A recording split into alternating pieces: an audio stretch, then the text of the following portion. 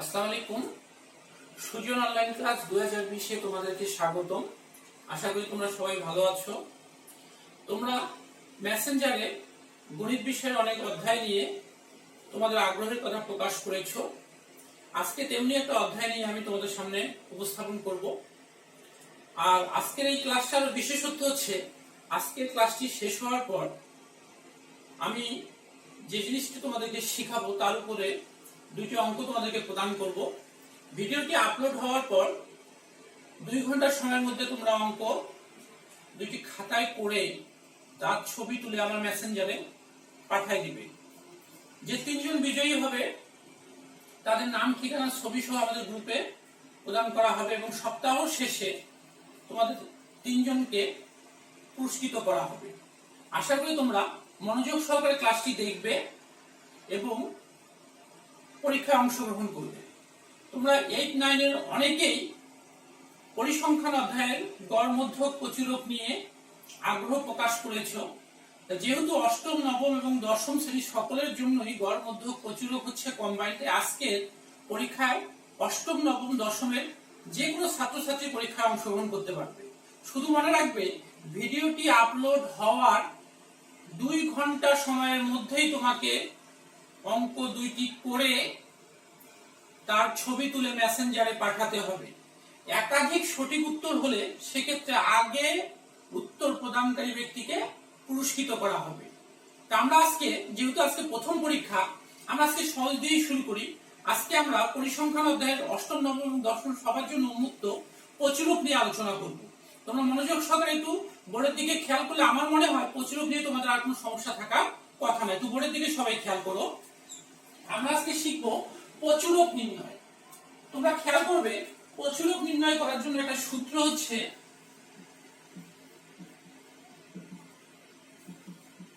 L plus F1 ভাগ F1 plus F2 গুণন X। ভালো করে খেয়াল করবে প্রচুরকের সূত্র হচ্ছে L প্লাস F1 ভাগ F1 প্লাস F2 গুণন X। এখন আমাকে জানতে হবে যে L টা কি, F1 টা কি, F2 কি, H কি। তোমরা খেয়াল করবে পাশে একটি ছক আমি এঁকে রেখে দিয়েছি। এই ছকটার মধ্যে প্রথমে দেয়া আছে শ্রেণীব্যক্তি, তারপর দেয়া আছে গণসংখ্যা। প্রথম ঘরটার নাম শ্রেণীব্যক্তি, পরের ঘরটার নাম গণসংখ্যা। এখন আমরা শিখব যে L টা কি, F1 টা কি, F2 টা কি, H টা কি। তোমরা খেয়াল করো অঙ্ক করার আগে আমরা আগে শিখব যে কোনটা কি জিনিস। L L সমান সমান প্রচুরক শ্রেণীর নিম্নমান। প্রচুরক শ্রেণীর নিম্নমান। এখন খেয়াল করো প্রচুরক শ্রেণী কোনটি। তোমরা এই চারটার দিকে খেয়াল করো। সবচেয়ে বড় গণসংখ্যা, সবচেয়ে বড় গণসংখ্যা হচ্ছে কত? এখানে 20। তাহলে সবচেয়ে বড় গণসংখ্যার নিম্নমান কত? 60। তাহলে এর হবে 60। ভালো করে খেয়াল করো, এর হচ্ছে প্রচুরক শ্রেণীর নিম্নমান। তো তুমি 4 থেকে গণসংখ্যার মধ্যে সবচেয়ে বড় গণসংখ্যাকে আগে ইন্ডিকেট করবে। এখানে সবচেয়ে বড় গণসংখ্যা হচ্ছে 20, এর নিম্নমান হচ্ছে 60। তাহলে এল হচ্ছে, এল এর মান হচ্ছে প্রচুরক শ্রেণীর নিম্নমান হচ্ছে 60। ক্লিয়ার? এরপর আমরা দেখব F1 টা কি। F1 হচ্ছে প্রচুরক শ্রেণীর গণসংখ্যা বিয়োগ পূর্ববর্তী শ্রেণীর গণসংখ্যা। পূর্ববর্তী শ্রেণীর গণসংখ্যা। প্রচুরক শ্রেণীর গণসংখ্যা বিয়োগ পূর্ববর্তী শ্রেণীর গণসংখ্যা। এখন খেয়াল করো প্রচুরক শ্রেণীর গণসংখ্যা কত? এখানে 20। তার আগের গণসংখ্যা কত? 10। তাহলে কি লিখবো আমরা এখানে? একটু লিখতে পারি আমি 20 মাইনাস 10, তাহলে ইকুয়াল হবে 10। ভালো করে খেয়াল করো তোমরা, এল কে বললাম আমরা প্রচুরক শ্রেণীর গণসংখ্যা। তোমাকে অঙ্কটা করতে গেলে সবার প্রথমে সবচেয়ে বড় গণসংখ্যাকে ইন্ডিকেট করতে হবে, কারণ সবচেয়ে বড় গণসংখ্যা হচ্ছে 20। তাহলে আমরা জানি এল হচ্ছে প্রচুরক শ্রেণী, শ্রেণী হচ্ছে এটা, নিম্নমান কত? 60। তো এল এর মান হচ্ছে 60। তারপর F1 এসে বললাম আমরা যে F1 হচ্ছে প্রচুরক শ্রেণীর গণসংখ্যা থেকে তার পূর্ববর্তী শ্রেণীর গণসংখ্যা বিয়োগ করতে হবে। তাহলে 20 থেকে পূর্ববর্তী শ্রেণীর গণসংখ্যা 10 বিয়োগ করলে হয় হচ্ছে 10। খেয়াল করো F2 প্রচুরক শ্রেণীর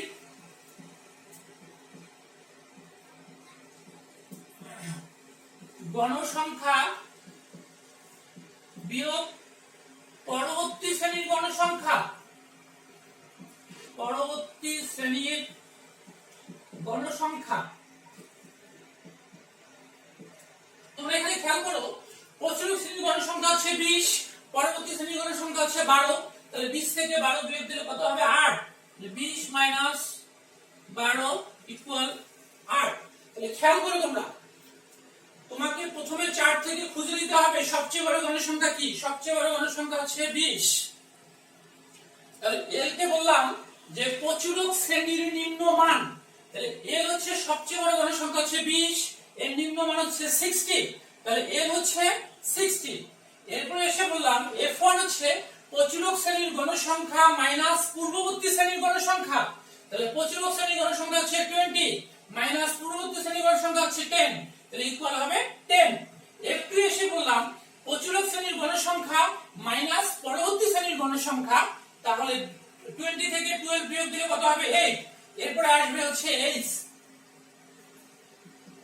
h হচ্ছে শ্রেণী ব্যবধান বা ব্যক্তি, h হচ্ছে শ্রেণী ব্যবধান বা ব্যক্তি।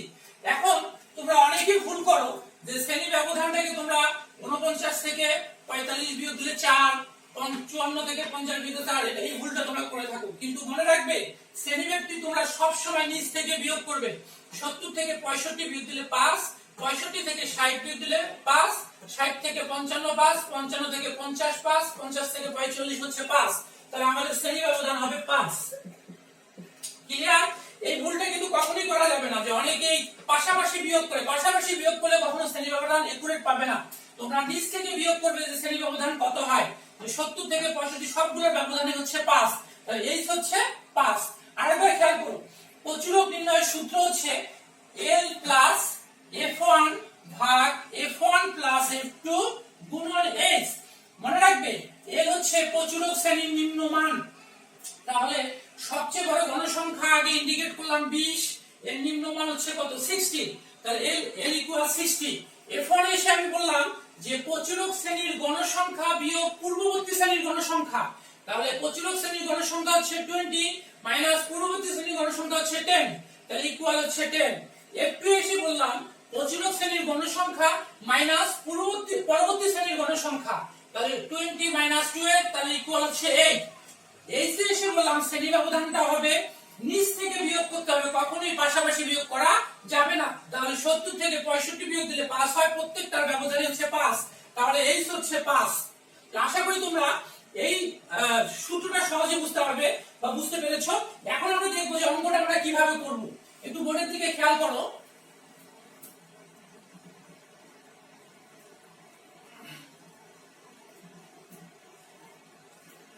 তুমি এই চার্টটাকে পরীক্ষার খাতায় এই চার্টটাকে সুন্দরভাবে তুলে নিবে। নেওয়ার পর প্রত্যেকটা চরিত্র, এখানে প্রত্যেকটা চরিত্র, প্রথম চরিত্রটার নাম হচ্ছে এল, তাহলে এখানে এল সমান সমান আমি বলছি প্রচুরক শ্রেণীর নিম্ন মান, তাহলে প্রচুরক শ্রেণীর নিম্ন মান হচ্ছে 60, তাহলে এল ইকুয়াল 60। এরপরে বললাম, এরপরে ক্যারেক্টার নাম হচ্ছে f1, তাহলে f1 এসে বলছি প্রচুরক শ্রেণীর গণসংখ্যা থেকে পূর্ববর্তী শ্রেণীর গণসংখ্যা বিয়োগ করতে হবে, তাহলে 20 মাইনাস 10 ইকুয়াল তাহলে হবে 10। f2 তে এসে বলছি প্রচুরক শ্রেণীর গণসংখ্যা থেকে পরবর্তী শ্রেণীর গণসংখ্যা বিয়োগ করতে হবে, তাহলে 20 মাইনাস 12 ইকুয়াল 8। শ্রেণী ব্যক্তিতে বা শ্রেণী ব্যবধানে এসে বলছি h ইকুয়াল বলছি শ্রেণী ব্যবধান, তাহলে প্রত্যেকটার ব্যবধান পাস করে, তাহলে h ইকুয়াল 5। প্রথমে আমাকে লিখতে হবে L ইকুয়াল 60, কারণ প্রচুরক শ্রেণীর নিম্ন মান। f1 এ এসে বলছি প্রচুরক শ্রেণীর গণসংখ্যা থেকে পূর্ববর্তী শ্রেণীর গণসংখ্যা বিয়োগ করে দেখাই দিচ্ছি। f2 তে এসে বলছি প্রচুরক শ্রেণীর গণসংখ্যা থেকে পরবর্তী শ্রেণীর গণসংখ্যা বিয়োগ করে দেখাই দিচ্ছি। এই সে এসে বলছি শ্রেণী ব্যবধানটা নিচ থেকে বিয়োগ করব, শ্রেণী ব্যবধান হচ্ছে 5। এরপরে আমরা লিখব যে আমরা জানি প্রচুরক ইকুয়াল L প্লাস f1 ভাগ f1 প্লাস f2 গুণন h। এখন আমি প্রত্যেকটা মান শুধু যা নির্দিষ্ট জায়গায় বসাই দিব। তাহলে L এর মান কত 60, তাহলে L ইকুয়াল 60 প্লাস F1 এর মান হচ্ছে 10, F1 এর মান হচ্ছে 10, তাহলে F1 প্লাস F2, তাহলে F1 এর মান 10, F2 এর মান হচ্ছে 8 গুণন S হচ্ছে 5, তাহলে 60 প্লাস, মনে রাখবে এই 5টা সব সময় যদি সিঙ্গেল কোনো ইয়া থাকে সংখ্যা থাকে সংখ্যাটা হয় উপরের সংখ্যা, তাহলে 5 আর 10 গুণ করলে হবে 50 ভাগ 10 আর 8 যোগ করলে হবে 18, তাহলে 60 প্লাস 18 দিয়ে 50 কে ভাগ করলে হবে 2.8 প্রায়, তাহলে 68 2.8 যোগ করলে হবে 62.8 প্রায়, এইটাই হবে আমাদের প্রচুরক। আরেকবার খেয়াল করো তোমরা, আমি এল কে বলেছি প্রচুরক শ্রেণীর নিম্নমান, তাহলে এখানে সবচেয়ে বড় গণসংখ্যা হচ্ছে 20, এর নিম্নমান হচ্ছে 60, তাহলে এল ইকুয়াল হচ্ছে 60। এরপরে F1 এসে বলছি যে প্রচুরক শ্রেণীর গণসংখ্যা বিয়োগ পূর্ববর্তী শ্রেণীর গণসংখ্যা, তাহলে প্রচুরক শ্রেণীর গণসংখ্যা 20 মাইনাস পূর্ববর্তী শ্রেণীর গণসংখ্যা 10, তাহলে 20 মাইনাস 10 ইকুয়াল হচ্ছে 10। এরপরে এসে বলছি F2 তে বলছি যে প্রচুরক শ্রেণীর গণসংখ্যা বিয়োগ পরবর্তী শ্রেণীর গণসংখ্যা, তাহলে প্রচুরক শ্রেণীর গণসংখ্যা 20 মাইনাস পরবর্তী শ্রেণীর গণসংখ্যা হচ্ছে 12, তাহলে ইকুয়াল হচ্ছে 8। এই যে এসে বলছি শ্রেণী ব্যবধান বলছি আমি যে লিস্ট থেকে তোমাদেরকে বিয়োগ করতে হবে, তাহলে শ্রেণী ব্যবধান হচ্ছে 5।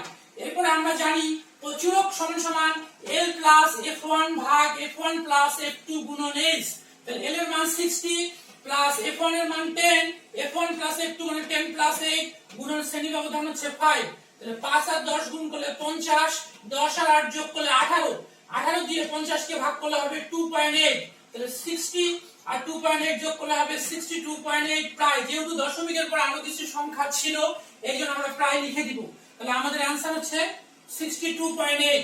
তাহলে আমি আশা করতে পারি যে তোমরা এখন এরপর থেকে যে কোনো প্রচুরক করতে দিলে তোমরা এই নিয়মে যে কোনো প্রচুরক তোমরা নির্ণয় করতে পারবে, আশা করি তোমরা বুঝেছো। এরপরে আমরা তোমাদেরকে প্র্যাকটিস করানোর জন্য বা পরীক্ষা নেওয়ার জন্য দুইটি অঙ্ক তোমাদেরকে প্রদান করব। এই দুইটি অঙ্ক তোমরা ভিডিওটি আপলোড হওয়ার 2 ঘন্টার মধ্যে করে মেসেঞ্জারে ছবি তুলে আমার মেসেঞ্জারে পাঠিয়ে দিবা। যদি সঠিক উত্তরদাতা 3 জনকে পুরস্কৃত করা হবে, তাদের নাম ঠিকানা গ্রুপে পোস্ট করা হবে। যদি একাধিক উত্তরদাতা সঠিক উত্তরদাতা পাওয়া যায় সেক্ষেত্রে প্রথম অ্যানসারকারী প্রথম 3 জন সঠিক উত্তরদাতাকে পুরস্কার প্রদান করা হবে।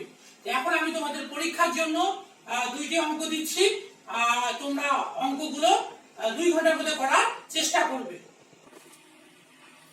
আশা করি তোমরা প্রচুরক এখন নির্ণয় করতে পারবে। এখন আমি তোমাদেরকে দুটি অঙ্ক দিচ্ছি, এই অঙ্ক দুটি ভিডিও সহকারে যখন আপলোড হবে ওই সময় থেকে 2 ঘন্টা সময়ের মধ্যে তোমরা অঙ্ক দুইটি নিজেদের খাতায় করে তার ছবি তুলে আমার মেসেঞ্জারে পাঠিয়ে দিতে হবে। মনে রাখবে 2 ঘন্টা সময়ের মধ্যে। এখন অনেকেই প্রশ্ন করতেছে যে এটা কি শুধু ধর্মেশ্বরের স্টুডেন্টরাই করতে পারবে, তাদের উদ্দেশ্যে বলতেছি এই আমার গ্রুপে বা গ্রুপের বাইরে যে কেউ এই ভিডিওটা দেখে থাকলে তারা সবাই অষ্টম নবম দশম শ্রেণীর সকল ছাত্রছাত্রী এই পরীক্ষা অংশগ্রহণ করতে পারবে। আর এই পরীক্ষার ফলাফল আজকে রাতেই প্রকাশ করা হবে, তা সুতরাং সবাই রেডি হয়ে যাও, খাতা কলম নিয়ে নিজেদের খাতায় অঙ্কটি করবে, করে তার ছবি তুলে যত তাড়াতাড়ি সম্ভব আমার মেসেঞ্জারে পাঠিয়ে দাও। প্রথম 3 জন সঠিক উত্তরদাতাকে পুরস্কৃত করা হবে এবং প্রথম 3 জন সঠিক উত্তরদাতার নাম ঠিকানা ছবি সহ গ্রুপে পোস্ট করা হবে। তাহলে তোমরা বোর্ডের দিকে খেয়াল করো, এখানে প্রথম অঙ্কটা ধর্মেশ্বর বয়সা দ্বিমুখী উচ্চ বিদ্যালয়ের নবম শ্রেণীর 50 জন শিক্ষার্থীর গণিত বিষয়ে প্রাপ্ত নম্বরের গণসংখ্যা নিবেশন সারণী দেওয়া হলো। এখানে শ্রেণীব্যক্তি, এখানে হচ্ছে গণসংখ্যা। এই যে চারটা থেকে তোমাদেরকে প্রচুরক নির্ণয় করতে হবে। ঠিক একইভাবে নিচে আরেকটি সারণী দেওয়া হয়েছে, এখান থেকে তোমাকে প্রচুরক নির্ণয় করতে হবে। মনে রাখবে সঠিক উত্তরদাতাদের মধ্য থেকে 3 জনকে পুরস্কৃত করা হবে। এখন সামান্য ভুল হলেও সেক্ষেত্রে নাম্বার কাটা যাবে, সেক্ষেত্রে সে প্রতিযোগী হয়তো বা পুরস্কারের জন্য বিবেচিত হবে না। তাই ভালোভাবে অঙ্কটি করে যত তাড়াতাড়ি সম্ভব আমার মেসেঞ্জারে পাঠিয়ে দাও। ধন্যবাদ সবাইকে।